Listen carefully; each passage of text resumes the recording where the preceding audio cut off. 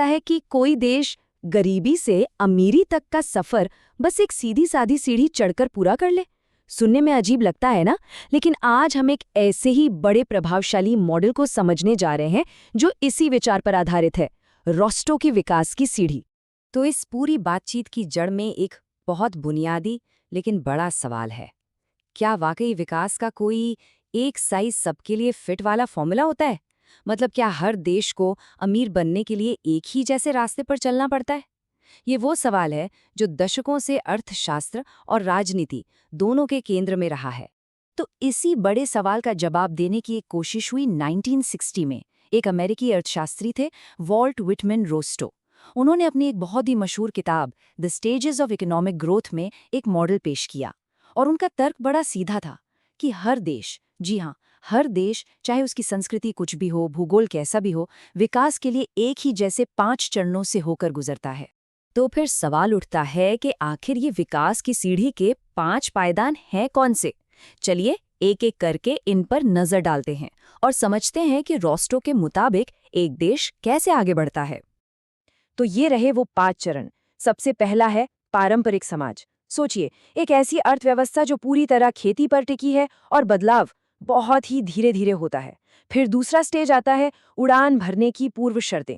यहाँ पर देश शिक्षा और इंफ्रास्ट्रक्चर में निवेश करना शुरू करता है।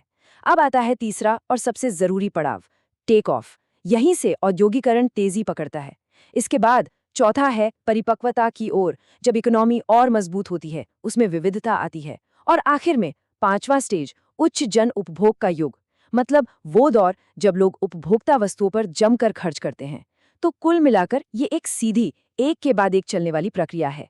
और इस मॉडल की कह सकते हैं जो बुनियाद है वो इसी एक धारणा पर टिकी है। रोस्टो का मानना था कि आर्थिक विकास कोई उलझी हुई पहेली नहीं है, बल्कि एक सीधी साधी लाइन से चलने वाली प्रक्रिया है, जैसे कोई मैराथन रेस हो।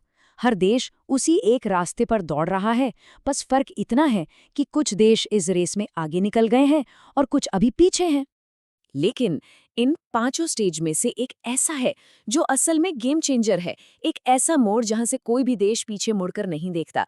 रोस्टो ने इसे एक बहुत ही दिलचस्प नाम दिया, टेक ऑफ। जी हाँ, वही तीसरा चरण।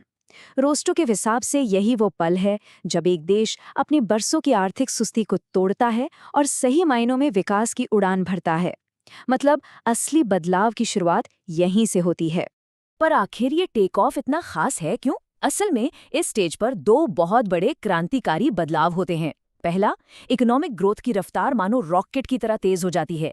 और दूसरा, अर्थव्यवस्था का जो पूरा इंजन है वो खेतीबाड़ी से हटकर इंडस्ट्री की तरफ शिफ्ट हो जाता है।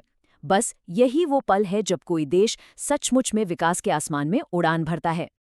अब देखिए, रोस्टो का ये मॉडल सुनने में तो बड़ा सीधा और सरल लगता है ना, लेकिन सबसे बड़ा सवाल तो यही है कि क्या विकास का ये नक्शा वाकई हर देश पर फिट बैठता है? और बस यहीं से इस मॉडल की आलोचना शुरू होती है। तो यहीं पर मॉडल पर सबसे बड़ा सवालिया निशान लगता है। देखिए, एक तरफ रोस्टो हैं जो कहते हैं कि विकास का रास्ता एक सीधी रेल की पटरी जैसा है, सबके लिए एक समान। दूसरी तरफ हैं आलोचक, वो कहते हैं नहीं, असल में ये एक घुमावदार ऊबड़ खाबड़ पगडंडी है जो हर देश के लिए बिल्कुल अलग होती है।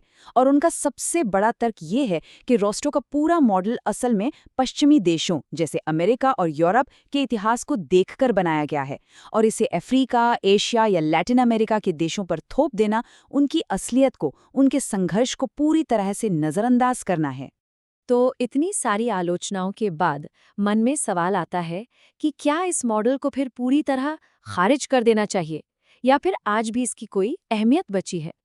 चलिए जरा इसकी विरासत को समझते हैं। और देखिए, यहीं पर इस मॉडल की असली विरासत सामने आती है। ये बात सही है कि इसका एक साइज सबके लिए फिट वाला जवाब शायद सही नहीं था, लेकिन इसने सही सवाल पूछने की शुरुआत जरूर की। इस मॉडल ने दुनिया भर की सरकारों और अर्थशास्त्रियों को सोचने पर मजबूर किया कि आखिर विकास के लिए किन चीजों की जरूरत होती है। क्या वो निवेश है, शिक्षा है, या फिर उद्योग? तो इस पूरी बहस के लिए एक शुरुआती ढांचा देकर ये मॉडल आज भी अपनी जगह बनाए हुए है। और इसी सोच के साथ आज की बातचीत को खत्म करते हैं। रोस्ट्रो ने अपना ये मॉडल 1960 में बनाया था।